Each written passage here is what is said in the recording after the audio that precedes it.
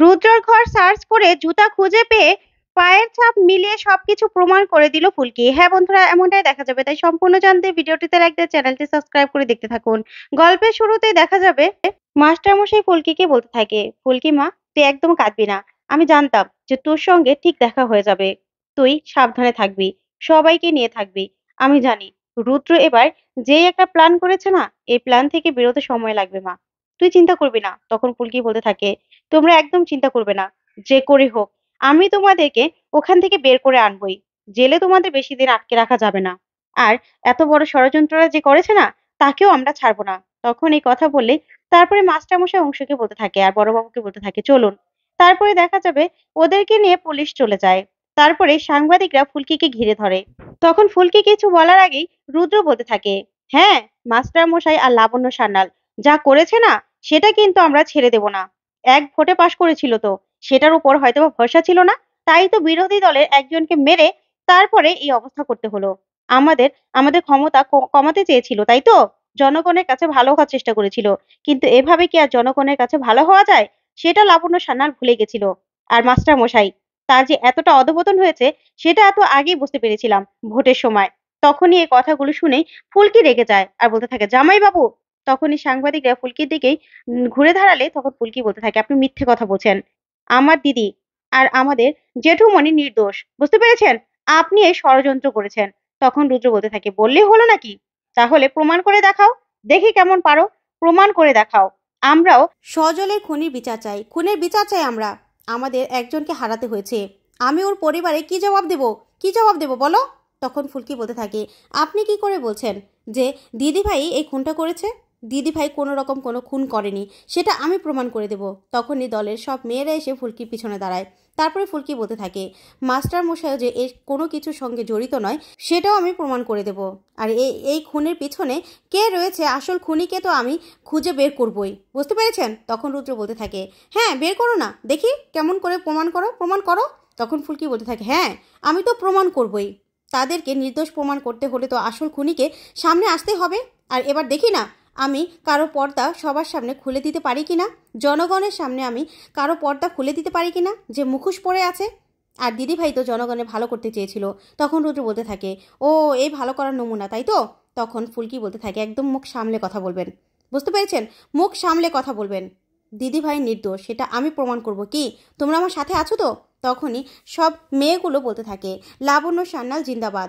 তখন রুদ্র বলতে থাকে, হ্যাঁ হ্যাঁ, জিন্দাবাদ জিন্দাবাদ করো না, দেখি কি করে প্রমাণ করো। তখন ফুলকি বলতে থাকে, আমি এই মিডিয়ার সামনে সবার সামনে চ্যালেঞ্জ করছি, আমি আসল দোষীকে খুঁজে বের করে দিদি আর জেঠুমণিকে জেল থেকে ছাড়িয়ে আনবই, আনবই আমি। তারপর দেখা যাবে রোহিতকে ডাক্তারবাবু বলতে থাকে, আসলে অনেক বড় শক পেয়েছে তো বৌদি, তাই হয়তোবা সেন্সলেস হয়ে পড়েছে। আর ওনাকে এখন ঔষধ দিয়েছি, উনি কিছুক্ষণ ঘুমোলে রেস্ট নিলে ঠিক হয়ে যাবে, তোমরা চিন্তা করো না। তারপর ফুলকি আসলেই ডাক্তারবাবু বলতে থাকে, এই তো ফুলকি চলে এসেছে, সেখানে তো ফুলকি ছিল। তারপরে ফুলকি বলতে থাকে, হ্যাঁ দেখলাম তো, আমার না সহ্য হচ্ছে না স্যার, সত্যি সহ্য হচ্ছে না। ওই জামাইবাবু মিডিয়ার সামনে কারি কারি মিথ্যে কথা বলছে। আর কি করে ভাই সব কিছু হলো? এত বড় একটা ষড়যন্ত্র কি করে হলো বলো না? তারপরে ডাক্তারবাবু সেখান থেকে চলে যায়। তারপর ফুলকি বলতে থাকে, আচ্ছা ধানু দিদি, এরকম তো হওয়ার কথাই নয়। তোমরা বলো তো, শুরু থেকে সবটা বলো। কি করেই বা দিদি ভাইয়ের অফিস রুমে কেউ বন্দুক রাখতে পারে?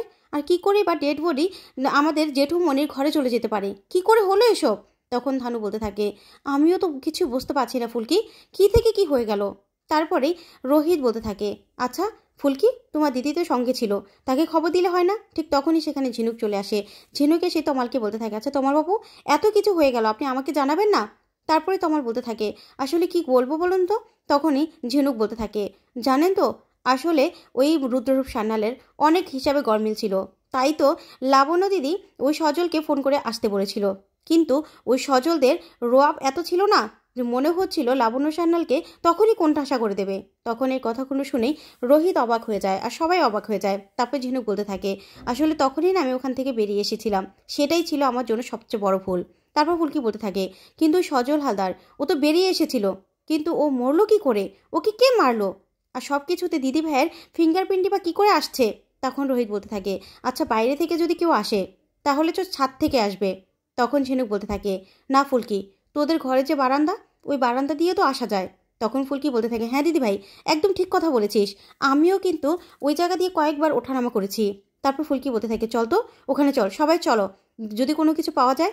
তারপরে ফুলকি নিজেদের ঘরের বারান্দায় গিয়ে বলতে থাকে, জানিস তো দিদি ভাই, আমি এখান দিয়ে ওঠানামা করতাম, তাহলে এখান দিয়ে যদি কেউ আসে, আর জামাইবাবুর তো এই রাস্তাটা খুব চেনা, এখান দিয়ে আসলে তো এখান দিয়ে নামবে, নিচে গিয়ে আমরা কিছু খুঁজি চল। তারপর সবাই মিলে নিচে গিয়ে কিছু খুঁজতে থাকে। তখন পায়েল বলতে থাকে, আচ্ছা আমরা কি খুঁজছি সেটা বলবে? তখন রোহিত বলতে থাকে, আচ্ছা নামার সময় যদি গুতাম বা শার্টের কিছু পরে থাকে। তখন ধানু বলতে থাকে, হ্যাঁ কিছু একটা ক্লু পেলে আমরা এটা নিয়ে লড়াই করতে পারবো, যে করে হোক কেসটা সাজাতে পারবো। তারপর দেখা যাবে ফুলকি বলতে থাকে, না ওই রুদ্ররূপ সান্যাল যে চালাক, উনি এরকম কিছুই করবে না। তখন রোহিত বলতে থাকে, হ্যাঁ রুদ্র যদি এসে থাকে তাহলে কিন্তু ও খুব সতর্ক, ওরকম কিছু করবে না। রুদ্র কি আসবে? আমার তো মনে হচ্ছে না রুদ্র এই রিস্কটা নেবে। তখন তমাল বলতে থাকে, আমারও মনে হচ্ছে। কিন্তু ওইদিকে ফুলকি খুঁজতেই থাকে। ঠিক তখনই পেয়ারা গাছের তলায় ফুলকি পায়ের ছাপ পায়। তখনই ফুলকি বলতে থাকে, দেখো তোমরা দেখো, এখানে পায়ের ছাপ পাওয়া গেছে, কারো জুতোর ছাপ।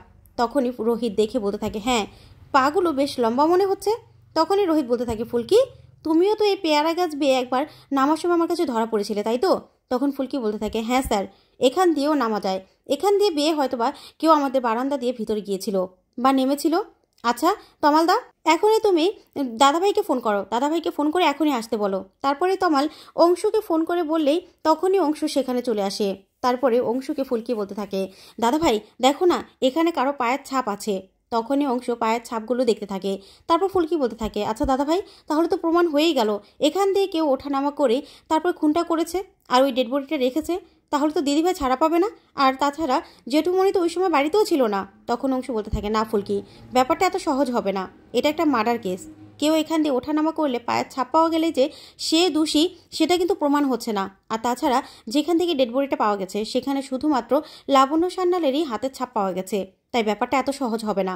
তখন ফুলকি বলতে থাকে, কিন্তু দাদাভাই, যদি জামাইবাবুর পায়ের ছাপের সঙ্গে এই ছাপটা মিলে যায় তাহলে তো কিছু একটা প্রমাণ করা যাবে তাই তো, কিছু একটা তোলপাড় করা যাবে।